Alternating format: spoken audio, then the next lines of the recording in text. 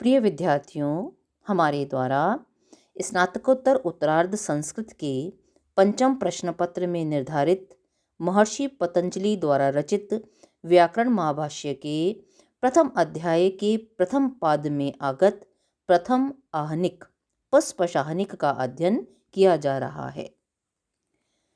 पूर्व में हमने ग्रंथ के अध्ययन के मुख्य प्रयोजनों, तदनंतर अवान्तर प्रयोजनों का अनुशीलन किया था। तत्पश्चात शब्द के स्वरूप पर प्रकाश डालने के उपरांत यह प्रश्न उपस्थित हुआ था कि शब्दानुशासन किस प्रकार किया जाए। इस विषय में 3 तर्क थे। शब्दों का अनुशासन या शब्दों का उपदेश किया जाए, अथवा अपशब्दों का उपदेश किया जाए, अथवा दोनों का ही उपदेश किया जाए। इसका उत्तर देते हुए हमने अध्ययन किया था कि यदि हम शब्दों का उपदेश करते हैं तो अपशब्दों का ज्ञान स्वतः ही हो जाता है, और यदि अपशब्दों का अनुशीलन किया जाता है तो साधु शब्दों या शब्दों का ज्ञान स्वतः सिद्ध हो जाता है। विभिन्न उदाहरणों द्वारा इस तर्क की पुष्टि की गई थी। तत्पश्चात आज हम अध्ययन करेंगे कि शब्दों के उपदेश और अपशब्दों के उपदेश के मध्य में कौन सा उपाय अधिक प्रशस्य है, अधिक उचित है।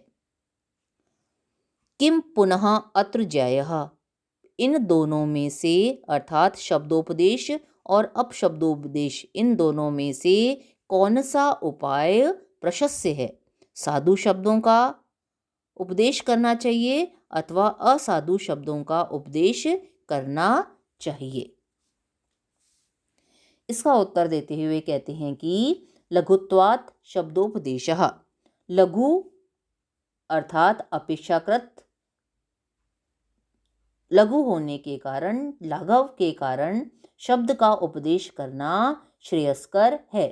लघीयान शब्दोपदेशः, शब्दों का उपदेश करना अपेक्षाकृत लघु है, लाघव युक्त है। गरीयान अपशब्दोपदेशः, और अपशब्दों का उपदेश अपेक्षाकृत गरीय है। शब्दों का उपदेश लघु है और अपशब्दों का उपदेश करना अधिक समय लेने वाला है। क्यों? क्योंकि एकस्य एकस्य शब्दस्य बहवः अपभ्रंशा, एक एक शब्द के भी बहुत से अपभ्रंश अर्थात अपशब्द हैं। तत्यथा, तो जैसे गौ इति अत्र अस्य शब्दस्य गावी, गोणी, गोता, गोपोतलिका इति एवं आदयः अपभ्रंशा, तो जैसे गौ इस शब्द के, इस साधु शब्द के गावी, गोणी, गोता, गोपोतलिका, इस प्रकार से अनेक अपभ्रंश शब्द हैं। अभिप्राय यह है कि साधु शब्द तो या शब्द तो एक है गौ, लेकिन इसके अनेक अपशब्द अर्थात अपभ्रंश हैं, जैसे गावी, गोणी, गोता, गोपोतलिका आदि। इष्ट अन्वाख्यानम खलु अपि भवति, इष्ट होता है अन्वाख्यान, अर्थात शब्दों का अन्वाख्यान वस्तुतः इष्टकारी होता है। यदि हम शब्दों का उपदेश करते हैं तो वह हमें इष्ट की प्राप्ति कराने वाला होता है। अर्थात शब्दों का उपदेश और अपशब्दों के उपदेश, इन दोनों में से यदि हम शब्द का उपदेश करेंगे तो वह अधिक उचित होता है, धर्मजनक माना जाता है वो, है ना। साधु शब्दों का प्रयोग करने से हम धर्माचरण करते हैं, धर्मकारी माना जाता है साधु शब्दों का प्रयोग। तो क्या इसमें आपका अभिप्राय निकला कि यदि हम शब्दोपदेश और अपशब्दोपदेश में से श्रेयस्कर मानते हैं किसी को, तो वह है लाघव या कम होने के कारण साधु शब्दों का उपदेश करना। शब्द तो कम है अपेक्षाकृत और अपशब्द उनके अधिक हैं। क्यों? क्योंकि एक एक शब्द के अनेक अपशब्द देखे जाते हैं। इसलिए यदि हम अपने कार्य को त्वरितता से सिद्ध करना चाहते हैं तो हमें शब्दों का उपदेश करना चाहिए। और जब हम शब्दों का उपदेश करेंगे तो अब शब्दों का ज्ञान हमें स्वतः ही हो जाएगा।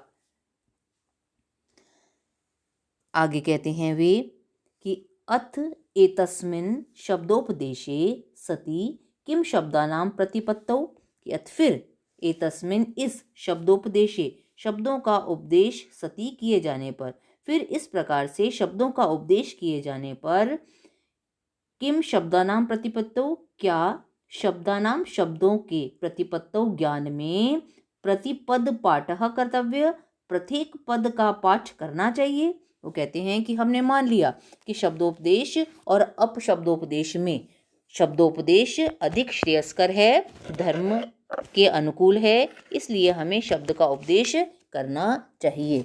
फिर प्रश्न यह उठता है कि यदि शब्दों का उपदेश करना चाहिए तो जब हम शब्दों का ज्ञान प्राप्त करना चाहते हैं तो क्या हमें प्रत्येक शब्द का पाठ करना पड़ेगा?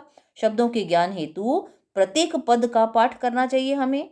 गौ, अश्वः, पुरुषः, हस्ती, शकुनी, मृगः, ब्राह्मणः इति एवं आद्यः शब्दा पठितव्या। जैसे गौ, अश्व, पुरुषः, हस्ती, शकुनी, मृग, ब्राह्मण, इस प्रकार से क्या हम प्रत्येक शब्द का पाठ करें? इसके उत्तर में वे कहते हैं कि न इति आह, कि नहीं, ऐसा नहीं है। अनभ्युपायः एष शब्दानां प्रतिपत्तौ प्रतिपद पाठः। अनभ्युपायः यानी उपाय नहीं है, एष यह शब्दानां प्रतिपत्तौ शब्दों के प्रतिपत्तौ ज्ञान में प्रतिपद पाठ, अर्थात शब्दों का ज्ञान प्राप्त करने में प्रतिपद पाठ उपाय नहीं है। एवं ही श्रूयते, ऐसा सुना, इस प्रकार से सुना जाता है कि ऐसा सुना जाता है कि बृहस्पतिः इंद्राय दिव्यं वर्ष सहस्रम प्रतिपद उक्तानां शब्दानां शब्द पारायणम प्रोवाच। बृहस्पति देवता ने इंद्र के लिए दिव्यम वर्ष सहस्रम 1000 दिव्य वर्षों तक प्रतिपद का उक्तानाम उच्चारण करते हुए शब्दों का शब्द पारायण कहा। अर्थात जब बृहस्पति देवगुरु बृहस्पति के द्वारा इंद्र को शब्दोपदेश दिया जा रहा था तो उन्होंने 1000 दिव्य वर्ष तक प्रवचन दिया, उपदेश दिया।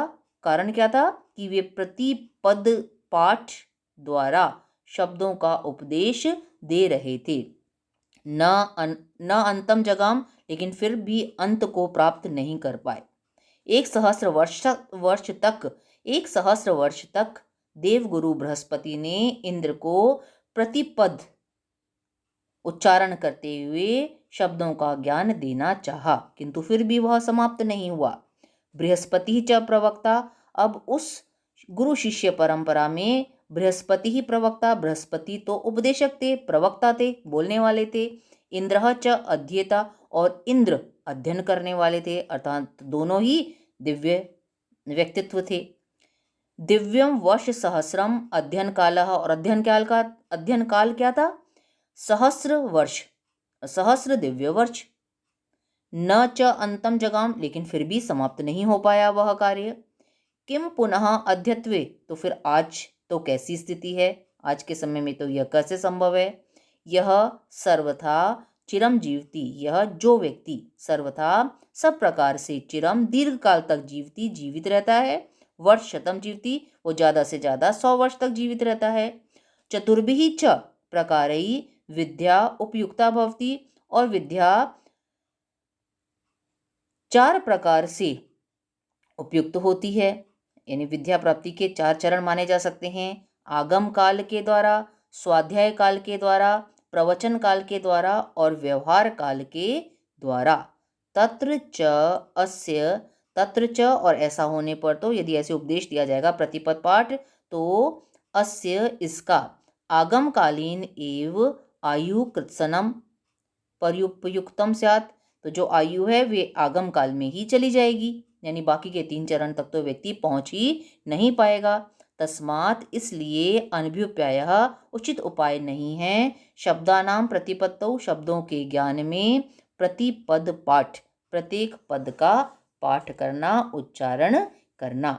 यहाँ भाष्यकार कहते हैं कि इस शब्दोपदेश का निश्चय होने पर क्या शब्दों के ज्ञान में साधनभूत प्रतिपद पाठ करना चाहिए, जैसे गऊ, अश्व, पुरुष, हस्ती आदि का?